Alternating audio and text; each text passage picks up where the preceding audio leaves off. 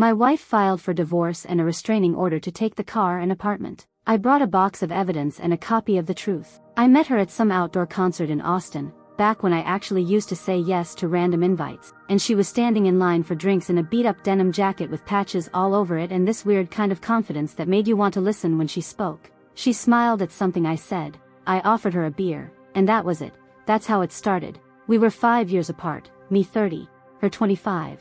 I was already 2 jobs deep into my career as a systems engineer, saving up for a place, building the kind of life people usually say they want, and she was still figuring things out, trying a new major every semester and saying things like, I don't want to be boxed in, and somehow it worked, or maybe I made it work. We moved in together after 7 months, because she said rent was stupid and she felt safest around me, and I took that like it meant something real, like we were building towards something solid. And a year into living together we got married, nothing fancy. Courthouse vows and a cheap dinner after, but it felt real, felt official, and for the next 3 years I paid for everything, gladly, proudly, because that's what you do when you believe in something, when you think you're building a life together. And when she told me she felt safe with me, that I made her feel anchored, I believed her, every word of it. So when the divorce papers came out of nowhere and then 2 days later a protective order landed in my hands, I wasn't just blindsided, I was gutted, frozen, like the ground dropped under me and I was still trying to pretend I had somewhere to stand. And I remember staring at that paper like it was in another language, rereading it 5 times, thinking there had to be some mistake, that maybe they gave me the wrong envelope. Because how the hell do you go from sleeping next to someone every night to being legally banned from walking near them like you're a threat? I didn't yell, didn't cry, I just stood there holding that document, like it was a weapon that somehow had my name on it. She claimed I was emotionally manipulative and made her feel unsafe, which was complete bullshit. I never raised a hand, never raised my voice, never even cursed at her, not once. But there it was, an official document saying I wasn't allowed to go near her, or the apartment, or the car, or anything we shared, which by law meant everything was locked down 50-50, and I was legally blocked from touching any of it, including my own stuff. And let me tell you, nothing prepares you for the feeling of being erased from your own life in 24 hours. She was still living in the apartment I paid for, driving the car I bought, using the laptop I worked on, and I couldn't even go near any of it without risking arrest. And I wish I could say I lost my shit, that I yelled or cried or did something dramatic, but I didn't. I just packed a small bag and left. No fight, no scene, because deep down I knew this wasn't just impulsive, it was planned, and the only way I was getting my life back was by not giving her anything she could twist into a weapon. So I slept at a friend's place, got a lawyer, and started building my case, because if she wanted to burn it all down, I was gonna make damn sure I didn't go with it. I spent the first 2 nights after being served at my buddy James's house, sleeping on his lumpy couch with a jacket over me instead of a blanket, staring at the ceiling until morning and trying to process how the hell I got from building a life to watching mine get boxed up and sealed behind a legal wall. And once the initial numbness wore off, all that was left was cold clarity, the kind that makes you move different, think sharper. So I called my lawyer and told him everything, no fluff, no rage, just facts. And the first thing he said was, she's not playing emotional, she's playing strategic. And that was all I needed to hear to switch gears completely, because I'd been through worse, just not like this. So we started building, step by step, logins, bank transfers, receipts, shared accounts, utility bills, everything with my name on it, everything that proved I was the one paying for her comfort while she was working on finding herself. And I dug up the records from the dealership showing the car title was in my name, insurance too, printed credit card statements showing recurring charges for everything from her yoga apps to her therapist to her Amazon hauls, tracked my own income sources to show I was the only provider. And then we started digging into location data, because she said I made her feel unsafe, that I monitored her movements, which is funny coming from someone who left her iCloud logins saved on a shared iPad and never turned off location services. So yeah, I didn't stalk her, but I sure as hell downloaded everything she left visible, not to violate her privacy, but to prove she had no damn reason to feel trapped or cornered, especially considering she was sleeping at another guy's place at least 3 nights a week for the past month. And I only knew that because the phone's geolocation said so. And yeah, it was hard as hell watching it on screen. 10 p.m. here, 2 a.m. there, different address, same routine.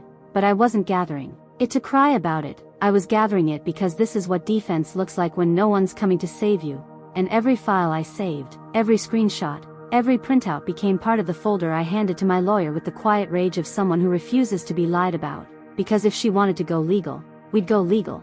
but I wasn't going down as the bad guy in a story where I paid the rent, stocked the fridge, covered the health insurance, and still got painted as the problem. And that was the hardest part, knowing she wasn't trying to win the divorce, she was trying to erase me from it. And there's a difference, because divorce means splitting things, but what she filed for was distance, power, control, and I wasn't about to let her take my life, my name, my damn keys, and leave me with a reputation that didn't match the man I actually was. So while she was posting wellness quotes and pretending to be the brave one leaving to find peace, I was in silence, building a timeline, sourcing data, lining up facts like chess pieces. And if I sounded calm during that phase, it wasn't because I was fine. It was because I was getting ready to destroy the story she was telling about me without ever raising my voice. The court date came faster than I expected, and the closer it got, the more people around me started asking if I was ready, like this was some kind of test. But the truth is, I wasn't ready in the emotional sense. How the hell do you get ready to sit in a room where someone you used to hold in your sleep tries to legally paint you as dangerous? But I was ready where it mattered. I had a folder 2 inches thick, a USB backup, timestamps, logs, screenshots, bank records, and a clear, typed statement with every claim she made and every piece of hard evidence to counter it. My lawyer told me I was overprepared, and I said, good, because I wasn't walking in there hoping for fairness, I was walking in there armed. And when the day came, I showed up 2 hours early, suit, clean shave, hair trimmed, folder in hand, silence in my chest, and waited in the hallway outside the courtroom like I was back in the military on a checkpoint shift, still, alert, no wasted movement. And when the clerk opened the door and called my name, I walked in, sat down, and scanned the room, and that's when I saw it. She wasn't there, no lawyer, no text, no excuse, just absence. And the judge took her seat, read the file, looked at me, and said, I see the respondent is not present. And my lawyer stood and confirmed it, and the judge asked if I had brought materials in support of my appeal. And I handed her the folder without saying a word, let her see the data before I said anything emotional. And when she started flipping through it, her eyes changed. She didn't say it, but I could tell she was used to people showing up with stories, not systems. And after 20 minutes of review, she said, Mr. Callahan, I see no indication here that supports the need for the restraining order previously filed against you. An extensive documentation that suggests the relationship, while ending, did not involve any threats or patterns of control from your side. And then she looked me dead in the eye and said, the restraining order is dismissed effective immediately. And I didn't smile, didn't breathe, just nodded once. And then she said, do you need anything further from the court today? And I hesitated, not because I didn't know, but because I wanted to phrase it right. And I said, Your Honor, to confirm, there are no restrictions now on my access to my personal property, including my primary residence and registered vehicle. And she paused, glanced at her clerk, and said, as a judge I cannot give legal advice, but I will have the signed dismissal prepared and handed to you directly. If you are questioned by law enforcement, present the document. The system may take a day to update. And that was it, clear as day, but said in a way that didn't cross any ethical lines. And when I stood to leave, she said quietly, good luck. And I walked out of that courtroom with the paper in hand and a mission forming in my head, because now it was my turn to move, not in revenge, not in anger, but in correction, in reclaiming. Because I wasn't about to let her keep living in a space I paid for while spinning a version of the story that made her look like a victim and me like a threat, not when I had proof, not when I had the law back on my side, and not when I still had the spare key to a car that, legally, had always been mine. I left the courthouse and didn't go straight back to the apartment.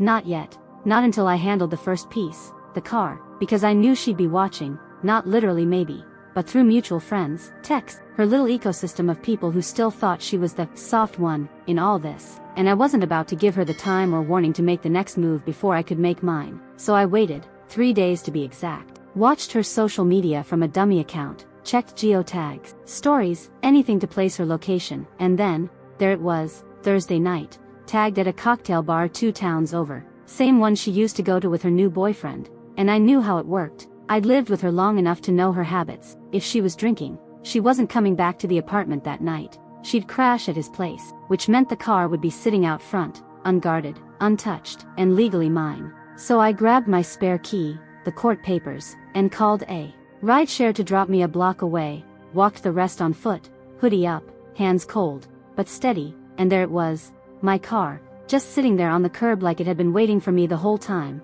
And I checked the license, double-checked the VIN, pulled out the key, and when I hit unlock and those lights blinked, I felt something click in my chest too, like a lock turning the other way for the first time in weeks. and I slid into the driver's seat. Engine started clean, seat still pushed all the way back like I left it, and I sat there for a second just letting it run, thinking about all the times she used this car to drive to someone else's bed while I paid the insurance on it. And then I shifted into drive and pulled away slow, no music, no emotion, just silence and tires on pavement. Took a few turns, parked 3 blocks away, and texted James, got it. No issues, and then I circled back to the apartment, the one I paid for, the one she'd been living in alone since the court forced me out, and I opened the front door with the same key I'd always had, walked in, looked around, and realized how little of me was left there, just an echo of someone who used to give a shit, and without touching anything else, I went straight to the hardware store and bought a new lock, came back, changed it myself, clean,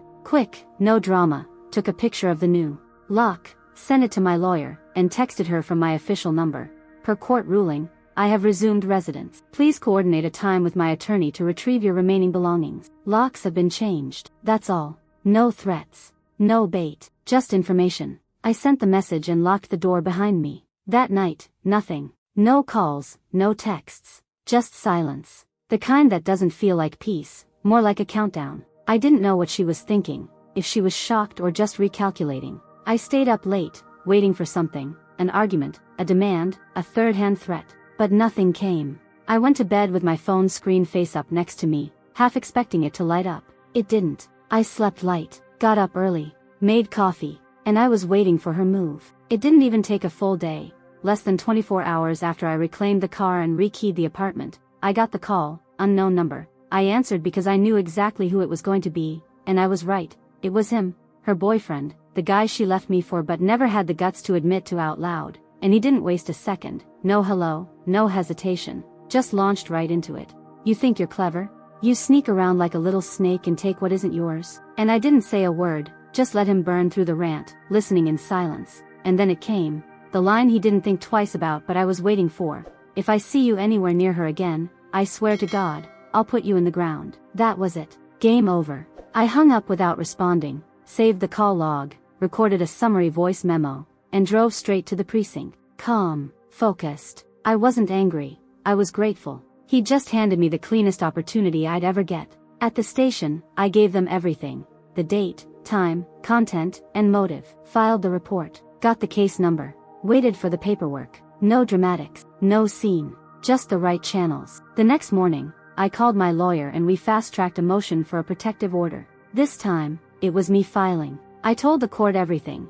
The call, the context, the threat, and the fact that this guy had been actively living in a space where I had been legally barred from entering just 2 weeks earlier. I didn't embellish, didn't need to. The facts were loud enough. And the judge, same one who dismissed the original order against me, read the file, nodded slowly, and issued a temporary restraining order against the boyfriend. Simple terms, he was not allowed within 300 feet of me, my home, my job, or my vehicle. That would have been enough. But what made it better was this. She stayed at his place. Not mine, not neutral ground, but his apartment, where she thought she could keep hiding behind someone else's presence like a shield. The problem now? He couldn't come near me, which meant he couldn't threaten me, couldn't show up outside my job, couldn't handle it for her like he maybe used to. She was still there, but now she was on her own. The muscle was neutralized, the noise was gone. She could yell all she wanted, but nobody was going to echo it for her. And for the first time, I realized how little of her fight was ever actually hers. She borrowed pressure,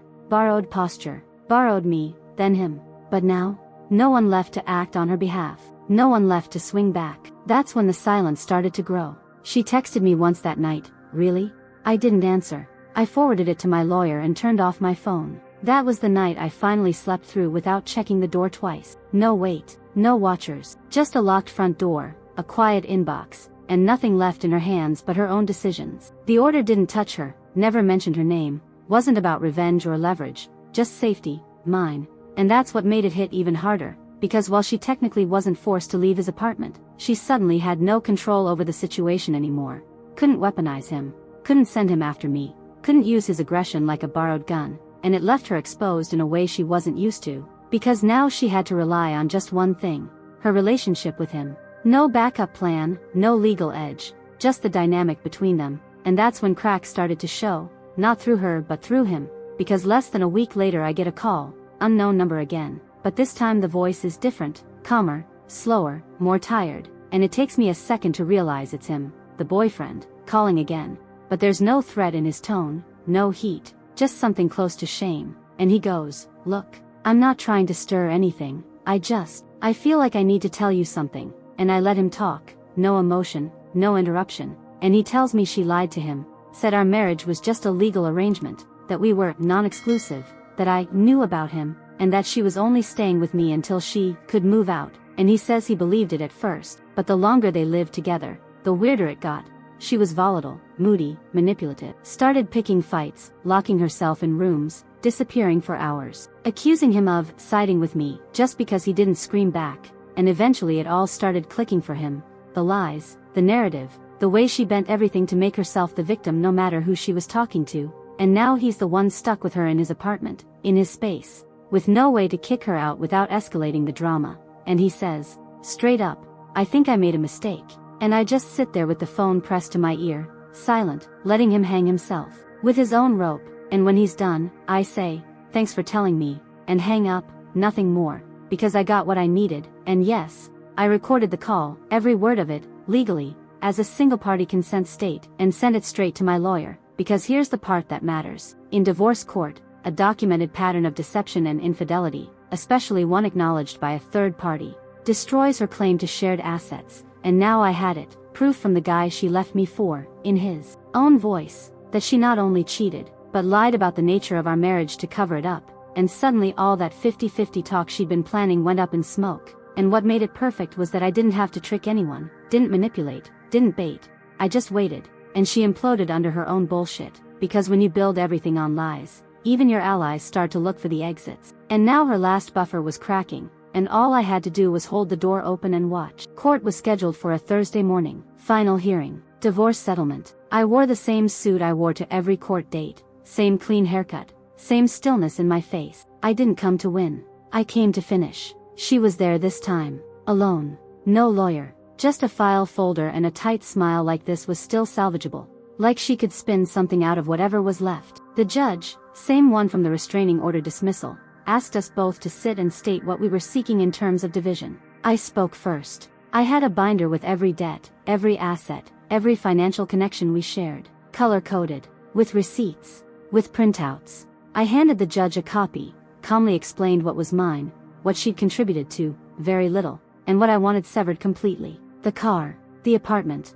the accounts. I even included paperwork requesting that she relinquish any legal claim to my retirement and bonuses. I said everything clearly, no bitterness in my voice, just order. Then it was her turn. And I swear to God, the first thing out of her mouth was, "I want $5,000 for anything of mine that may have been lost, damaged, or sold while I was locked out of the apartment." The judge looked at her and asked for documentation. Receipts, photos, proof. She said she didn't have any, just knew there were things missing. The judge nodded once. "Without documentation, I can't approve reimbursement." "What else?" She said she wanted me to pay her student loans, that I ruined her mental health and forced her to leave college. Judge looked down, then said, "You were enrolled for less than one semester, which began after separation. There's no basis for that claim." "What else?" She asked to have the restraining order against her boyfriend lifted. Judge cut her off. "This is not a restraining order hearing. That's a separate motion. Do you have anything relevant to the divorce?" She paused. Then she said the words I knew were coming but still made me flinch.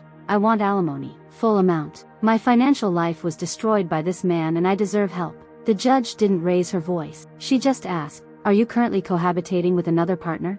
My ex hesitated, then said, "Yes, but..." The judge held up a hand. "So you're admitting to cohabitation with a romantic partner during legal marriage. Under state law, that disqualifies you from receiving spousal support." Silence. Dead silence. I didn't smile, didn't move, just sat there while the weight shifted. The judge went to chambers, came back 20 minutes later with the ruling. I got full possession of the vehicle, the apartment, and all property in my name. All joint accounts to be closed, each responsible for their own debts. No alimony. No financial obligation of any kind from me to her. And the kicker, she had 14 days to retrieve her personal belongings or they'd be legally considered abandoned. I nodded. The judge looked at her, asked if she understood the ruling. My ex didn't answer, just sat there staring at the floor.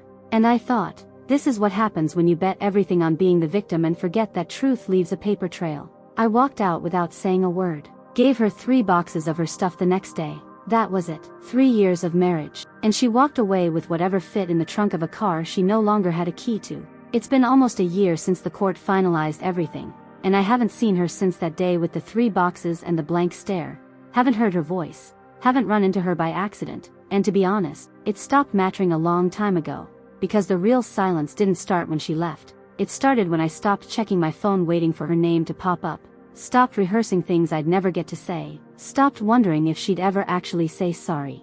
And she didn't. By the way, but it doesn't keep me up anymore, not even close. She tried to reach out a few times after the ruling, couple random numbers, one weird email that just said, "I'm sorry you think I was the enemy," which is a hell of a thing to say to the guy you tried to erase legally.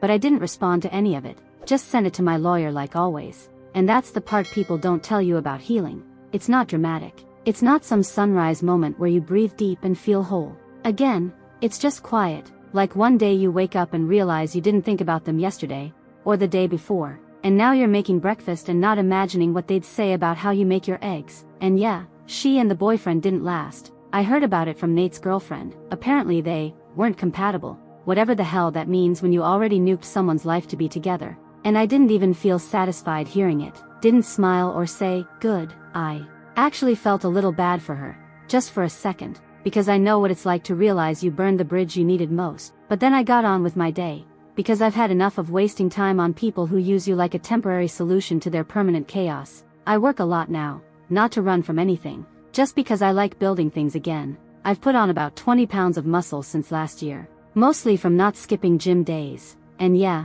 I've been seeing someone new. Tessa, we started slow, then steady, and now it's just easy, like nobody's trying to outrun anything. And the thing that surprises me most is how normal it feels, how nice it is to be with someone who actually brings something to the table instead of just taking from it. She notices things, shows up without being asked, texts when I don't, laughs at my bad jokes without forcing it. And the other night she looked at me and said, "I like how you carry yourself," and I didn't say it out loud, but all I thought was, yeah, I finally do too. And I guess that's the ending here, not revenge, not a full circle comeback, just a guy back in his own skin, with both hands on the wheel, no weight on his shoulders, and no one left calling the shots but him. I didn't win, not really, but I stopped losing, and for the first time in a long time. That's more than enough. Subscribe, hit the like button, and explore more fascinating stories.